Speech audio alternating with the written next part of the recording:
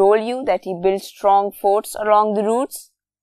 Khaljis came to power by the end of 13th century.